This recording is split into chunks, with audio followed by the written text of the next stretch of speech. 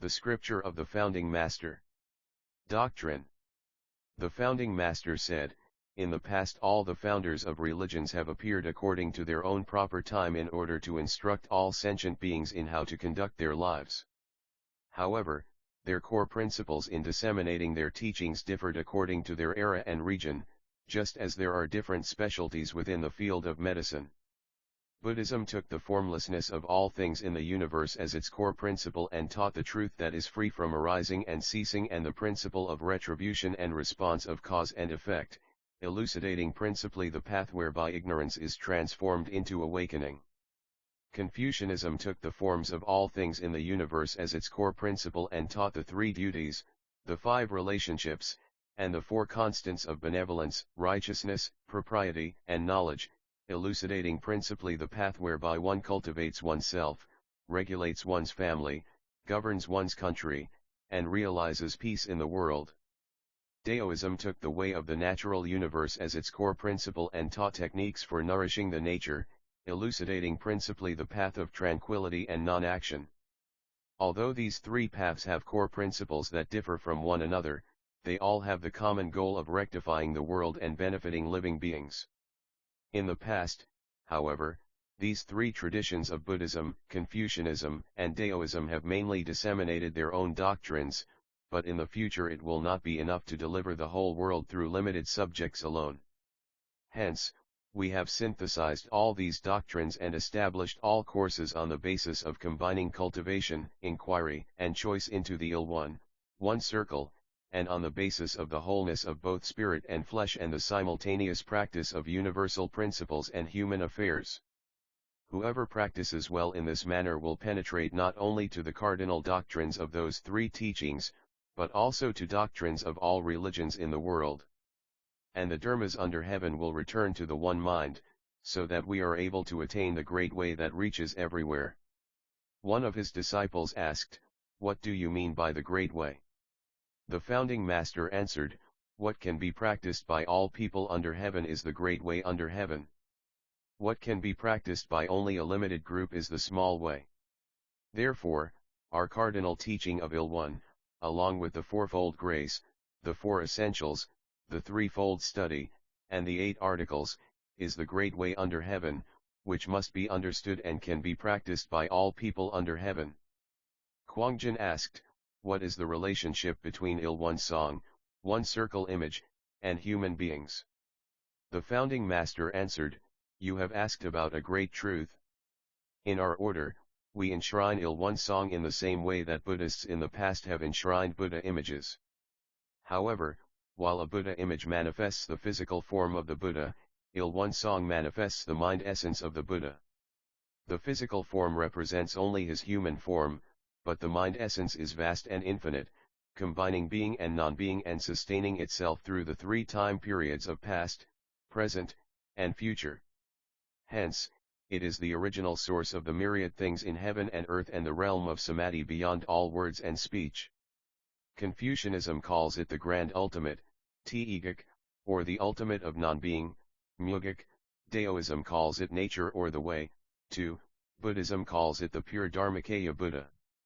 In principle, however, all of these are different expressions for the same thing, and regardless of which direction or which road one takes, at the ultimate stage they all eventually lead back to the truth of Il-One. If anything that calls itself a religion does not found itself upon such a truth, then it is a deviant way. Therefore, our order designated the truth of Il-One Song as the paradigm for relating that ultimate truth to our daily lives, and elucidated also the 2 gateways of faith and practice. Kuangjin asked again, "How do we practice faith in Il-One Song?" The founding master replied, "Take Il-One Song as the object of faith and, believing in its truth, pursue merit and happiness." If we were to specify the content of Il-One Song, it is in fact the fourfold grace. If we were to specify the content of the fourfold grace, it is in fact all things in the universe, and there is nothing among the myriad things in heaven and earth or the Dharma realm of empty space that is not the Buddha. Thus, regardless of time or place, we must never neglect to maintain a respectful state of mind and should treat the myriad things with the same pure mind and pious attitude we have for the Venerable Buddha. We should also exert ourselves to make Buddha offerings directly to the myriad things themselves and thereby create merit and happiness in a practical manner. In sum, we are prompting people to transform a partial faith into a well-rounded faith and a superstitious faith into a realistic faith. Quangjin continued with his questions. How do we pursue the practice of Il One Song? The founding master answered, our aim is to take Il One Song as the model of practice, and to develop our character by modeling ourselves wholeheartedly on its truth, and, by awakening to the truth of One Song, to understand without any obstructions the beginning and end and the roots and branches of the myriad things in heaven and earth, the human cycle of birth, old age, sickness, and death, and the principle of the retribution and response of cause and effect. As is also the case with Il One, our minds should have no selfishness, nor be swayed and taken in by cravings and attachments, but instead should nourish the nature that is clear and round. As with Il One, in using our minds in all sensory conditions, we should act always in a fair and upright manner, without being drawn in by joy, anger, sorrow, or happiness, or by degrees of remoteness or closeness, intimacy, or distance.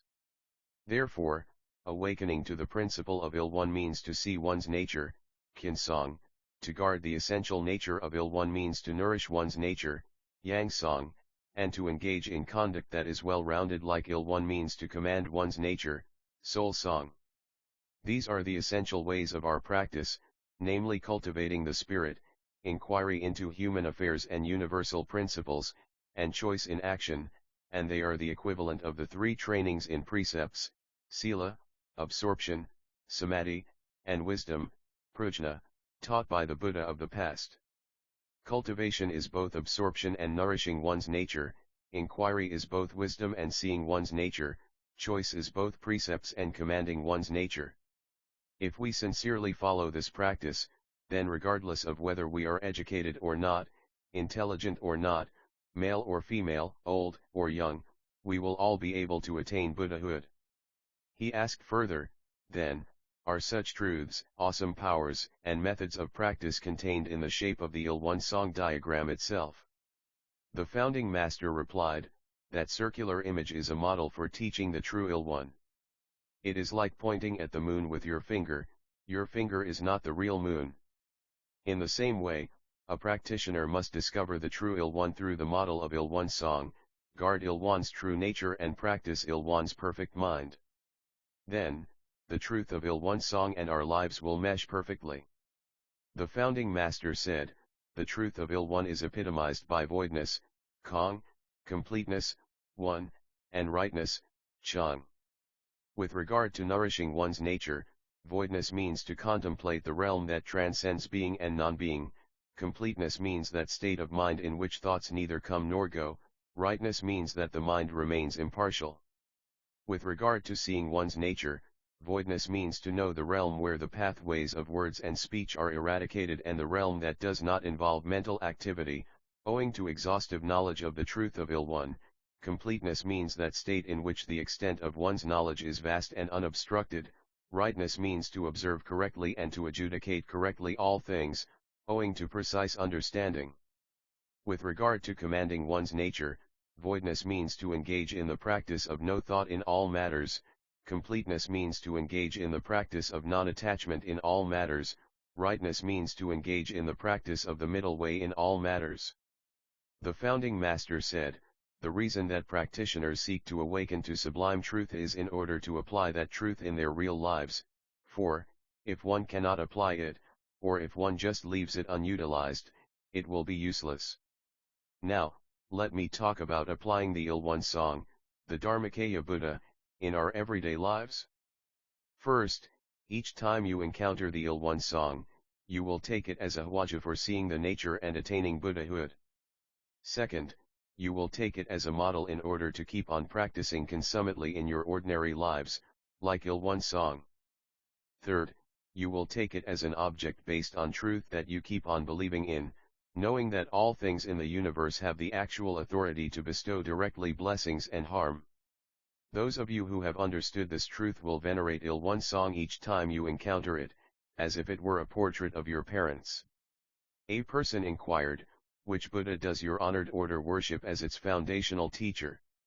The founding master replied, we worship Sakyamuni Buddha as our foundational teacher. The person asked again, if Sakyamuni Buddha is your original teacher, why do you not enshrine an image of him but instead enshrine Ilwon Song? The founding master replied again, with an image of Sakyamuni Buddha, it is difficult to elucidate and teach a realistic understanding of the evidence of bestowed transgressions and merits. However, Ilwon Song represents the pure Dharmakaya Buddha. Heaven and earth, parents, and our fellow beings are all transformation bodies of the Dharmakaya Buddha, laws as well are bestowed by the Dharmakaya Buddha. We can easily expound and teach the evidence that heaven and earth, parents, fellow beings, and laws bestow transgressions and merits on us. Therefore, we enshrine Ilwon Song as our object of faith. The person then asked, if this is the case, then aren't you only paying lip service to worshipping Sakyamuni Buddha as the foundational teacher and in fact not showing him any particular propriety?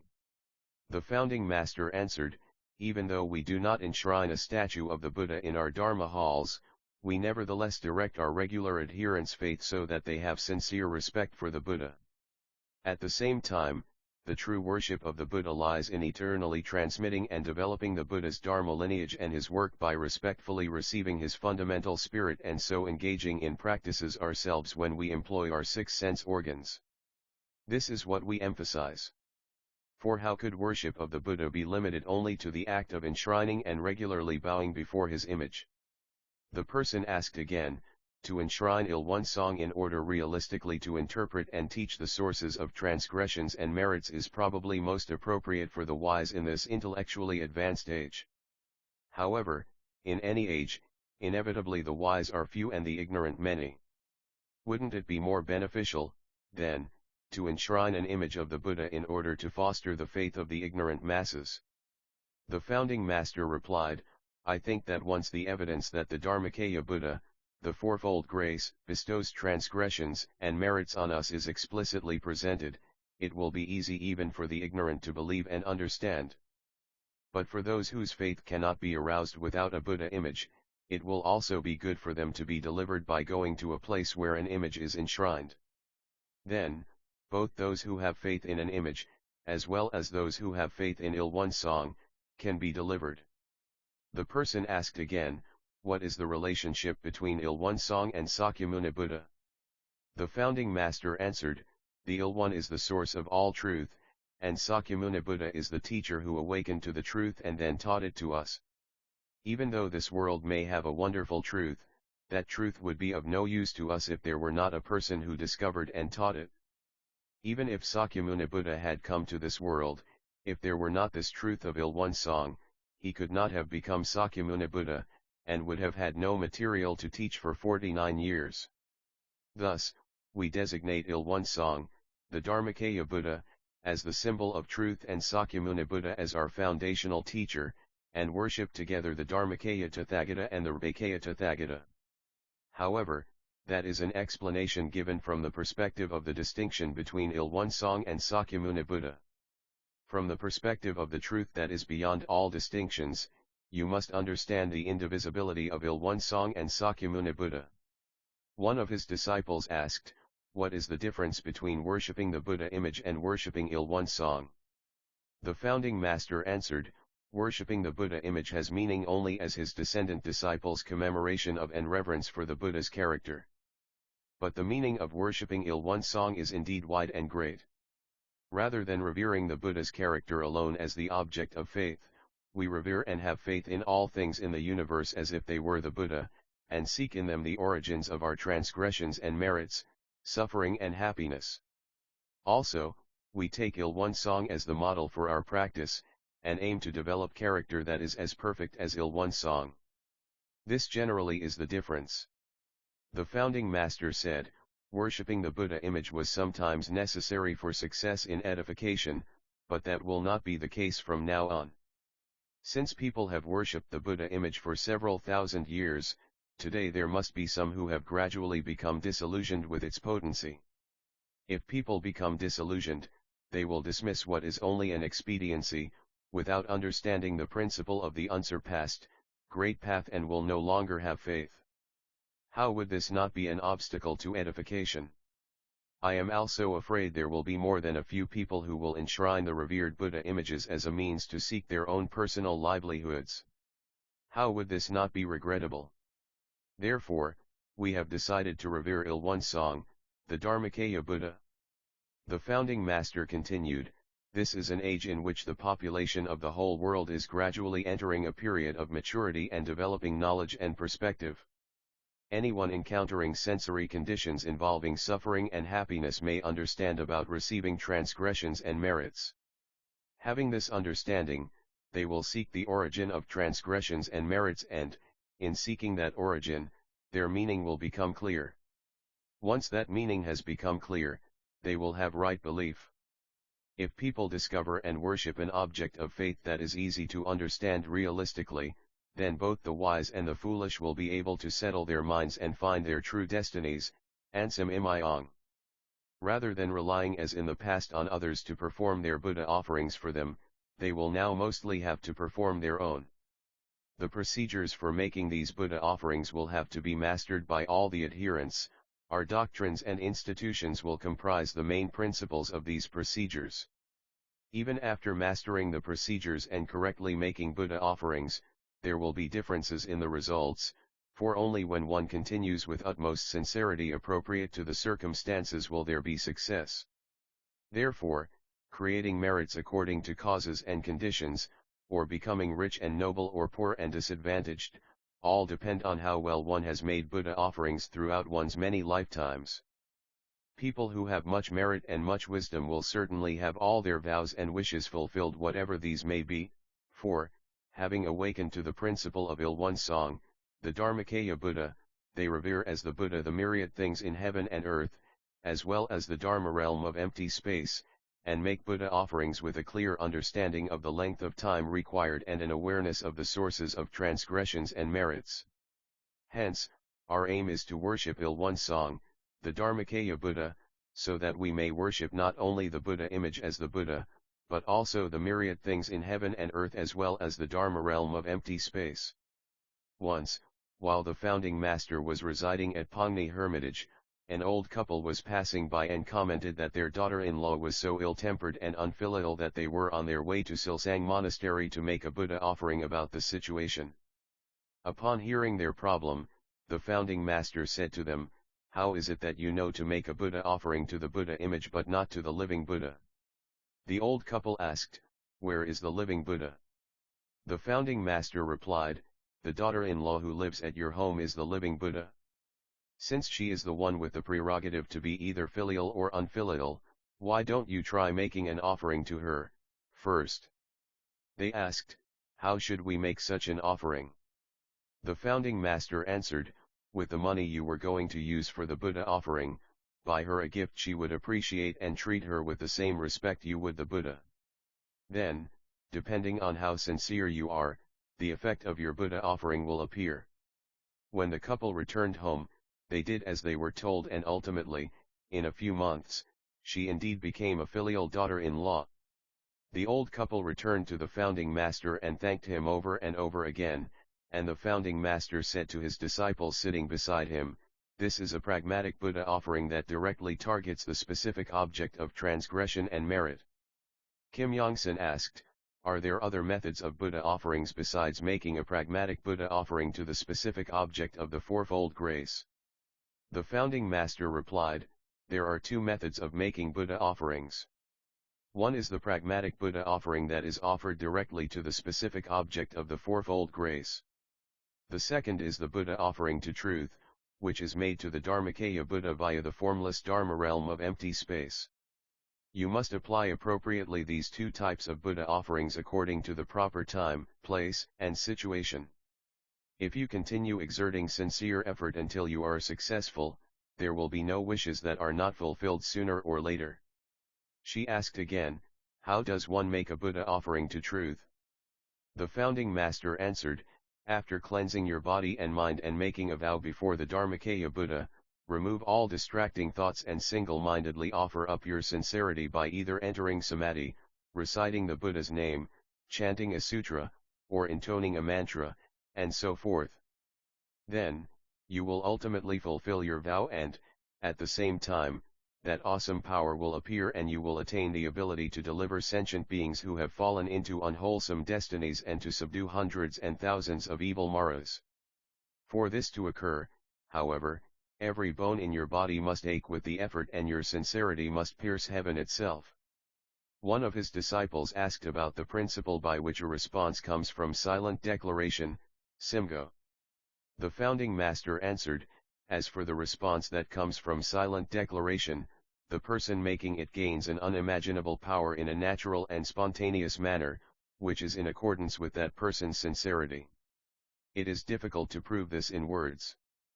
But, for example, at the time that one does not have the strength to remove unwholesome mental states that constantly arise, if one offers up silent declarations sincerely, then those mental states will cease of themselves and wholesome mental states will return. If, due to the force of one's past habits, one is unable to stop committing wrongful acts even when one tries not to, one will naturally repent and lift oneself by offering silent declarations and sincerely pledging to do good in the future. These are but a few obvious pieces of evidence of the response to silent declaration. Such past legends as a filial son who found bamboo shoots in winter and red bamboo shoots growing from the spot where a loyal subject shed blood, as well as the miracle in our own order of the seal of blood from the bare fingers of the 9 disciples, have all come as evidence of such response. Bear in mind, however, that the great response and awesome power will ultimately appear only when one continuously and wholeheartedly carries out one's vow, without violating any vows already made. You must especially keep this point in mind. If in this manner you gain firm power of mind, you will even be able to seize infinite heavenly authority and display awesome power that is like that of heaven and earth. The founding master said, the threefold study, which is our essential way of practice, is the most necessary dharma for cultivating spirit and creating well-rounded character. This is a dharma that cannot be neglected even for a moment. It is, for example, no different than the 3 requisites of clothing, food, and shelter for the body. When our physical body is born into this world, we need something to eat, something to wear, and a dwelling in which to live, and if even one element is missing, we will have difficulty sustaining our lives. For our spirit, we need the power from cultivation, inquiry, and choice, and if even one element is deficient, nothing will work out satisfactorily. Therefore, from the perspective of the wholeness of spirit and flesh, I say that the 6 great principles are comprised of the 3 physical requisites of clothing, food, and shelter and the 3 spiritual requisites of the one mind, knowledge, and implementation. These 6 great principles, being in symbiotic relationship with each other, together form a single life source for us. However, ordinary people recognize only the importance of the 3 physical principles and forget how crucial the 3 spiritual principles are. What ignorance! In actuality, one should realize the fact that when one cultivates the 3 spiritual principles well, the 3 physical principles will naturally follow. This is the dharma of acting with knowledge of the roots and branches. The founding master said, the lives of ordinary people are concerned with working hard to find clothing, food, and shelter, but not with seeking out the principle by which that clothing, food, and shelter appears. This is really a shame. If one needs the physical body's clothing, food, and shelter, isn't it even more the case that one requires the power of the spiritual requisites of the one mind, knowledge, and implementation that control the physical life? Only as a person cultivates these 3 powers will clothing, food, and shelter also be well received in kind. In this wise, one will become a person whose character is well-rounded. When a person knows the foundation of one's mind and uses it as one wishes, one will also be able to put into practice the right way in procuring clothing, food, and shelter. One will be liberated from the cycle of birth, old age, sickness, and death, and attain the path to eternal life, and, by understanding the principle of cause and effect, one will seek wisdom and merit. This is the true and eternal road for procuring clothing, food, and shelter. Therefore, the 3 principles of the spirit are the foundation for the physical requisites of clothing, food, and shelter. The founding master addressed the participants in a sun retreat.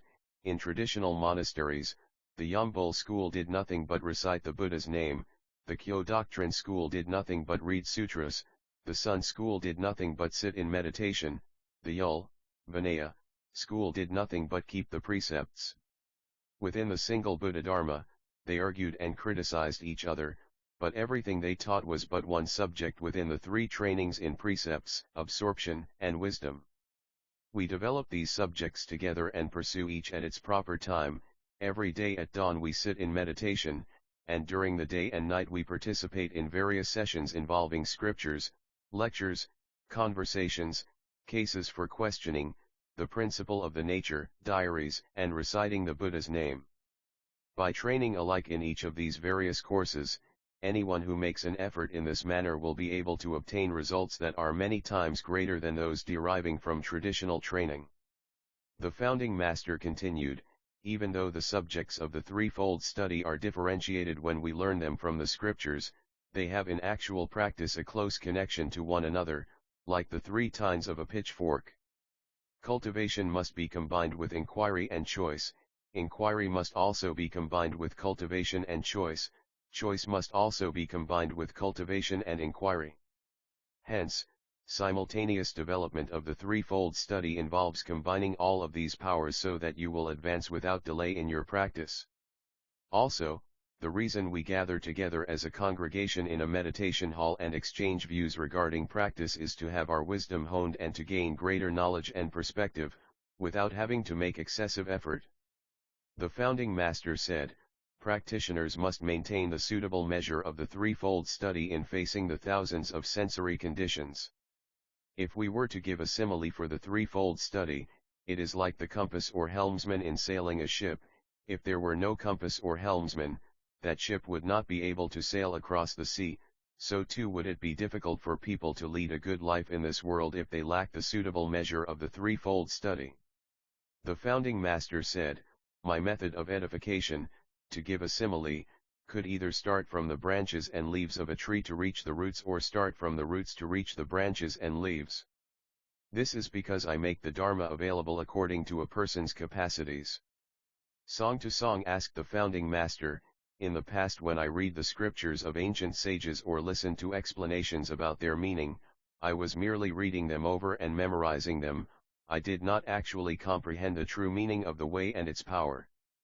After I met you, great master, human affairs and universal principles gradually became clear. However, in retrospect, what I have learned from you is the same words and explanations I had read and heard in the past. How is it that I feel like I understand them anew? The founding master answered, the ancient scriptures are like ready-to-wear clothing, which is difficult to fit to everyone's body, but what is spoken by the mouth and received by the mind is like wearing individually tailored clothing, which fits each person's body perfectly. How could the practice of cultivating the foundation of the mind according to dharmas that fit each individual's capacities and situations be compared to practicing according to those set scriptures? A Christian pastor said to the founding master, since time immemorial, all religions without exception have talked about precepts. But it seems to me that these instead oppress the innocent inherent nature of human beings and restrain their free spirit, thus creating many obstacles to edification.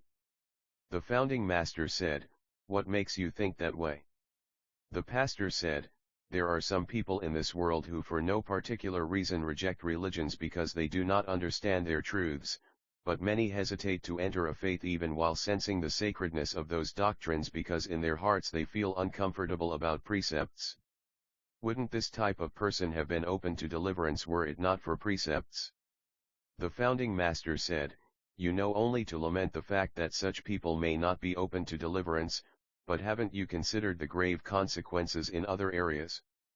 We have 30 precepts and, since none can be eliminated, I have people keep them all. However, we prescribe precepts to individuals in stages according to their level. Whoever enters our order for the first time will have some difficulties severing their old secular habits. For them we prescribe 10 precepts that can easily be observed. Then, at the next 2 stages we prescribe 10 more each. After a practitioner masters all 30 precepts, we don't prescribe any more, but leave it to the person's discretion, because a person who has achieved that level will know in advance what is appropriate and inappropriate and behave accordingly. However, people who have not reached this level cannot be left alone without any precepts, for, how can a neophyte be treated the same as a knowledgeable practitioner? There are far more ignorant people in this world, but what you just advocated is only appropriate for 1 in 1,000. How can we prescribe a dharma that is appropriate only for a few and neglect the rest? Furthermore, if we lived by ourselves, it wouldn't matter if we just did as we pleased. But in the world we face a web of various kinds of laws and are widely watched by the general public, so, if we indulge in wrongful conduct, where will we hide? Therefore, I conclude that when a person goes out into the world, one should be cautious of every step as if treading on thin ice, so as not to deviate from the human way. Thus, I cannot help but prescribe precepts to practitioners. When the founding master was visiting the Pusan region, a few followers paid a visit and said, "We have the utmost respect for the great master's dharma, but since we make our livelihood by fishing, we are constantly breaking the first precept.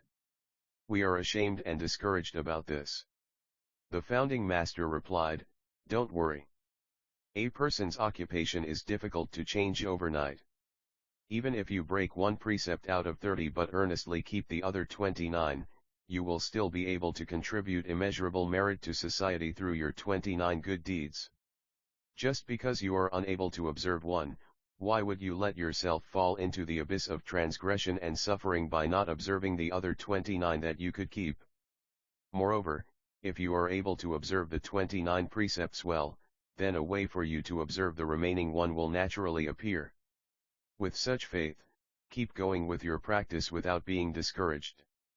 The founding master came to a sun session and said, "Yi Inuwa has now had such a great arousal of the mind that she neglects her private business in order to attend Dharma meetings and join sun sessions. Instead of giving her an award for her devoted faith, I would like to allot this hour to her. Ask any questions you may have." Inuwa asked, "If someone asks me what we teach and learn in our order, how should I reply?" The founding master answered, "Buddhism originally teaches one to awaken and know for oneself the principle of all things are created by the mind, and you may answer that we teach and learn the same principle. Once we know it, we will also discover the principles of neither arising nor ceasing and the retribution and response of cause and effect." She asked again, "After we have learned this principle, how should we practice?" The founding master answered, "We keep our minds free from disturbances, delusions, or wrongdoings when facing sensory conditions." The founding master asked Kim Yongsan, "What is the most indispensable thing for a person living in the secular world?" Yongsan answered, "I think things related to clothing, food, and shelter are most indispensable." The founding master again asked, "Which is the most indispensable of the subjects you have learned at school?" Yongsan replied, "The subject of moral cultivation was the most indispensable." The founding master answered, "You are right. For the life of the flesh, clothing, food, and shelter are important things, but for practice, moral cultivation is important. This is why clothing, food, and shelter as well as moral cultivation become the foundation for both life and practice. However, the subject of moral cultivation that is now taught at school is insufficient as a method of moral cultivation.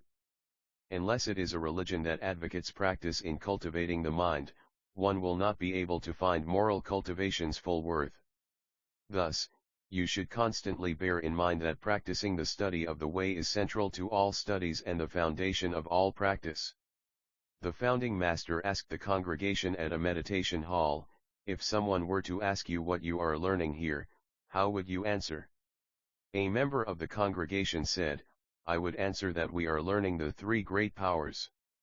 Another member said, "I would answer that we are learning the essential way of human life." After hearing conflicting answers from several other people, the founding master said, "Although all your answers are applicable, I will elaborate a bit, so listen carefully. As a rule, whatever answer one gives should be appropriate to the questioner's character and attitude at the time, but to answer in general terms, I would say that I am teaching about the Dharma of the mind's functioning. To answer more specifically, I teach the knowledgeable how to use knowledge, the powerful how to use power, the wealthy how to use wealth, the resentful how to live a life of gratitude, those who lack merit how to make merit, those who live a life dependent on other power to rely on self-power, the reluctant to learn how to learn, those reluctant to teach how to teach, those lacking public spirit how to be motivated to have public spirit. In brief, I teach others to make the most of all their talents, material wealth, and surroundings, in accordance with the right way. The founding master asked the congregation at a meditation hall, if someone were to ask you what you are learning here, how would you answer? A member of the congregation said, I would answer that we are learning the three great powers. Another member said, I would answer that we are learning the essential way of human life. After hearing conflicting answers from several other people, the founding master said, although all your answers are applicable, I will elaborate a bit, so listen carefully. As a rule, whatever answer one gives should be appropriate to the questioner's character and attitude at the time, but to answer in general terms, I would say that I am teaching about the Dharma of the mind's functioning. To answer more specifically, I teach the knowledgeable how to use knowledge, the powerful how to use power, the wealthy how to use wealth, the resentful how to live a life of gratitude, those who lack merit how to make merit, those who live a life dependent on other power to rely on self-power, those reluctant to learn how to learn, those reluctant to teach how to teach, those lacking public spirit how to be motivated to have public spirit. In brief, I teach others to make the most of all their talents, material wealth, and surroundings, in accordance with the right way. The founding master continued, in today's world, as material civilization has developed, the knowledge and skills of scholars, farmers, artisans, and merchants have made great advances, the implements of life have become much fancier, and people's eyes and minds have been seduced by these flashy products. In contrast, the human spirit, which should be making use of those material things, has become so weak that it cannot but be enslaved by the material, rather than the master of it. This is truly a disturbing situation. No matter how good a material thing in this world might be, if the mind that makes use of it is not upright, that thing will instead be abused. No matter how great the knowledge and fine the skill of a person, if the mind that makes use of them is not upright, they will instead be used to harm the public. No matter how good one's surroundings, if the mind that makes use of them is not upright, they will instead be used to promote transgressive actions. No matter how dazzling all of external civilization under heaven, whether it makes the world better or worse depends solely upon how well the Dharma of applying the mind is managed. If we make use of our minds rightly, then all of civilization will become instrumental in helping to construct a paradise, but if we do not, then all of civilization will instead become like supplying weapons to thieves. Therefore, you all must rouse yourselves now, and diligently learn the Dharma of using the mind, which is the master of all dharmas. Become the pilot of your own mind, who in thousands of sensory conditions always use everything wholesomely by considering the benefit to both yourself and others. Accordingly, you must exert yourselves in both aspects of the material and the spiritual in order to construct a single truly civilized world, by disseminating to others the method of piloting the mind. The founding master said, a flawless world will emerge when, inwardly, by advancing spiritual civilization, we have developed the study of the way and, outwardly, by advancing material civilization, we have developed the study of science, so that we enjoy the wholeness of both spirit and flesh and the completeness of the inward and outward. However, if, as is the case today, we are partial to material civilization and ignore spiritual civilization, then like a careless child playing with a knife, we will not know when we may meet with danger. We will be like a mentally handicapped person who is in perfect physical health. On the other hand, a world with only an advanced spiritual civilization but no material civilization is like a physically handicapped person in perfect mental health. How can we call it a complete world if one of the aspects is inadequate?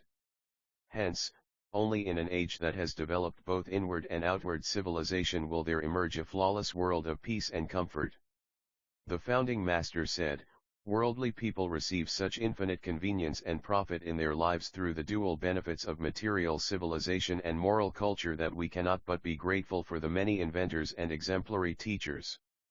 However, material civilization mainly provides comforts for our physical lives, its results manifest quickly, but its merit is limited. Moral culture disciplines people's minds, which are by nature formless, its results are slow, but its merit is unlimited.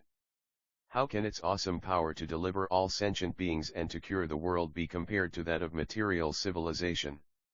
How can its radiance be limited to this world alone?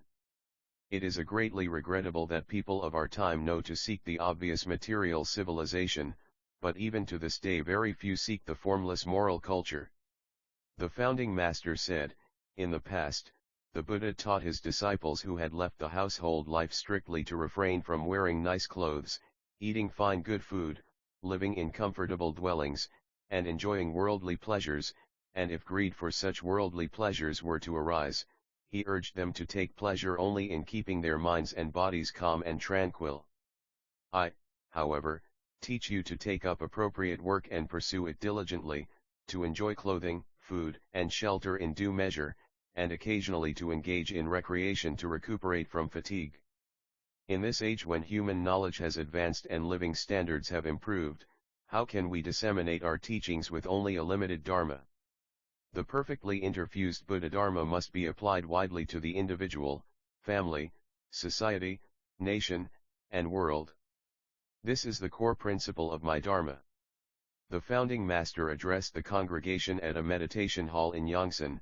Even though it is said that the world today is an age marked by an unprecedentedly developed civilization that did not exist before, we should not become intoxicated by the externally dazzling and convenient material civilization, but must consider well the corresponding defects and future consequences. In today's world, the farther civilization advances externally, the deeper the source of illness becomes internally, so that we will soon fall into a terminal state unless we do something about it. This cannot but deeply worry people who are concerned about the morality of the world. What kind of illnesses, then, has the world today caught? First is the illness of money. People who have come to feel that they first must have money in order to achieve all the pleasures and desires of human life consider money to be more important than integrity and honor. For this reason, all our moral sensibilities have degenerated and our friendships have declined. This is indeed a serious illness. Second is the illness of resentment. Each individual, family, society, and nation does not acknowledge its own faults, but only looks for those of others. They are unaware of the grace they have received from others and remember only what they have done for others, and thus have endless conflicts, both great and small, deriving from their hatred and resentment. This is indeed a serious illness. Third is the illness of dependency. This illness is more serious in this country Korea because of the harmful effect of several hundred years of bookish enfeeblement. The children of wealthy families tended to pass their days idly, without doing any work, and if one happened to have a rich relative or friend, one would try to depend on that person, leading to a situation in which 10 people were living off of one person's wealth. This is indeed a serious illness. Fourth is the illness of a reluctance to learn. 90% of a person's character is formed through what he or she has learned. Like a bee collecting honey, one must humbly learn from others the knowledge one requires regardless of the other person's social class or field. Many people in this world, however, lose the chance to learn because of their conceit. This is indeed a serious illness. Fifth is the illness of a reluctance to teach. No matter how much knowledge one may have, if one does not know how to apply that knowledge or to transmit it to the next generation, it would be no different than not having that knowledge. There are many people in this world who, if they gain a little knowledge, become conceited and arrogant and do not deign to associate with people of lesser knowledge. This is indeed a serious illness. Sixth is the illness of a lack of public spirit. Over many thousands of years in the past, The notion of selfishness has hardened in people's minds like a mountain of silver or a wall of iron, and it is rare to find people to begin with who work for the benefit of the greater public. Even those who, because of their attraction to temporary fame, start out professing to work for the public ultimately fail and abandon their work because of their selfishness. Therefore, all public service institutions and organizations are becoming impoverished. This is indeed a serious illness. The founding master continued, "Now, in order to cure these illnesses, we must first of all promote the study of the way, that is, the way of being content with one's lot in life, the way of discovering grace at its very source, the way of leading a life of self-power, the way of learning, the way of teaching, and the way of leading a life of public benefit. Through such teaching, internally, all people should come to look into themselves and to treat their own diseased states of mind, while externally striving also to examine and to treat the diseased world in accordance with the saying, the one who is sick first is the doctor." The great prescriptions for curing the great illnesses of the world today are in fact our fourfold grace and four essentials, which are the essential way of human life, and the threefold study and 8 articles, which are the essential way of practice. If this Dharma becomes widely disseminated throughout the world, the planet will naturally be a world that is free from all defects. The people will all become Buddhas and Bodhisattvas, and men and women, young and old, will all enjoy paradisiacal life in an unimaginable heavenly realm. The founding master said, "Religion and government are just like a family's loving mother and strict father. Religion is that Dharma which, basing itself on the way and its virtue, teaches the minds of human beings so that people will be prevented from committing transgressions and will accumulate merit. Government is that Dharma which, basing itself on laws, examines the results of a matter and then metes out rewards and punishments. If a loving mother fulfills the way of a loving mother and a strict father fulfills the way of a strict father, and the parents both illumine their respective ways, then their sons and daughters will perforce be happy. On the other hand, if the parents do not illumine their respective ways, then their children will be miserable. Just as their children's happiness or misery depend on how well or how poorly the parents act, so does all people's happiness or misery on what we make of religion and government. Isn't our responsibility great indeed, we who seek to deliver all sentient beings and to cure the world? Thus we must first fully understand our doctrines, then, after understanding them, we must disseminate those doctrines widely throughout the world. Only when all beings are living in a paradise under good governance and virtuous rule that are based on the true way and its virtue may we say that we have fulfilled our responsibilities." The founding master addressed the congregation at a Sun Sessions closing ceremony. "During the 3 months of the Sun Retreat, I have taught you the Dharma of commanding the wind. Do you understand the meaning of wind? Typically, southeast and northwest winds blow over heaven and earth, and the wind of the way and its virtue and the wind of laws blow in the secular world. The way and its virtue is the southeast wind and laws are the northwest wind. These two winds are the main principles that together regulate our world. The northwest wind is under the charge of officials, who preside over rewards and punishments, and the southeast wind is under the charge of religion, which presides over edification. Thus, you must learn well the method of bringing forth the southeast wind, and practice widely the way of mutual life-giving and reciprocal harmony in heaven and earth. Then, what is the method to make the southeast wind blow? The teachings of all the Buddhas and sages since time immemorial, as well as our own doctrines, are the method that makes the southeast wind blow. The various courses you have gone through during this Sun Retreat are also training in this method. When you return to your own homes, what kind of wind will you make blow? Just as all living beings that have suffered greatly in the dismal atmosphere of the severe winter revive with the arrival of the gentle breezes of the southeast wind, all those afflicted with fear will attain peace, those afflicted with resentment will feel gratitude, those living in mutual harm will come to enjoy mutual life-giving, those enmeshed in the trap of transgressions will attain liberation, and those who have fallen into degradation will be rehabilitated. Then, how splendid will it be if they find harmony in every place and situation, whether in the family, society, nation, or world.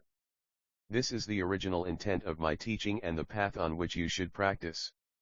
However, the influence of the southeast wind does not occur through mere preaching or verbal explication. You must make it manifest in your actual practice by first having it blow deep in your minds, harmonizing the mind and harmonizing the pneuma. Thus, you must become commanders of the southeast wind wherever you go, by studying and applying widely all the doctrines you have learned during this sun retreat. The founding master said, the way religion and government steer the world can be compared to the two wheels of a carriage. If the two wheels are completely worn out, or even if one wheel has some defect or the driver's driving skills are poor, then the carriage will not run smoothly. In such a case, how can it be driven well and made to perform its proper function? There are two methods. One is to service the carriage often so it won't break down or be completely worn out. The other is for the driver to know the terrain well enough to drive safely. In the same way, if religion and government are to steer the world well, they should guard against becoming damaged or corrupt in the course of time, and their leaders should apply laws and govern appropriately in accordance with the level of people's understanding. The founding master asked, now that we have opened a religious order, how can we correct all the abuses of the past and edify the world well with our new religion? Bhakta Won replied, since all accomplishments start with what is close at hand, we must improve our own minds if we seek to improve the world. Song Mangyong replied, since our doctrines and institutions have already been established in accordance with the age, if we merely practice in accordance with our doctrines and institutions, the world will naturally be improved. Cho Song Guang replied, even though I do not fully understand the profound intent of the great master, I believe that your Dharma is so utterly perfect and impartial that all of humanity will be improved spontaneously in accordance with the cycle of great fortune, Tiun, of the world. The founding master responded, what each of you has said is true.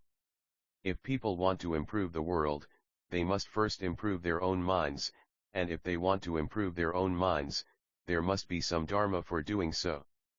Since we already have a Dharma and you all understand the principles of our practice, you must exert more effort to actualize in your practice what we have discussed in this exchange today. If each religion is improved, then the people's minds will be improved, and if people's minds are improved, then governance in this nation and the world will be improved. Religion and government may address different areas, but at bottom they are inextricably related, together influencing good and evil in the world.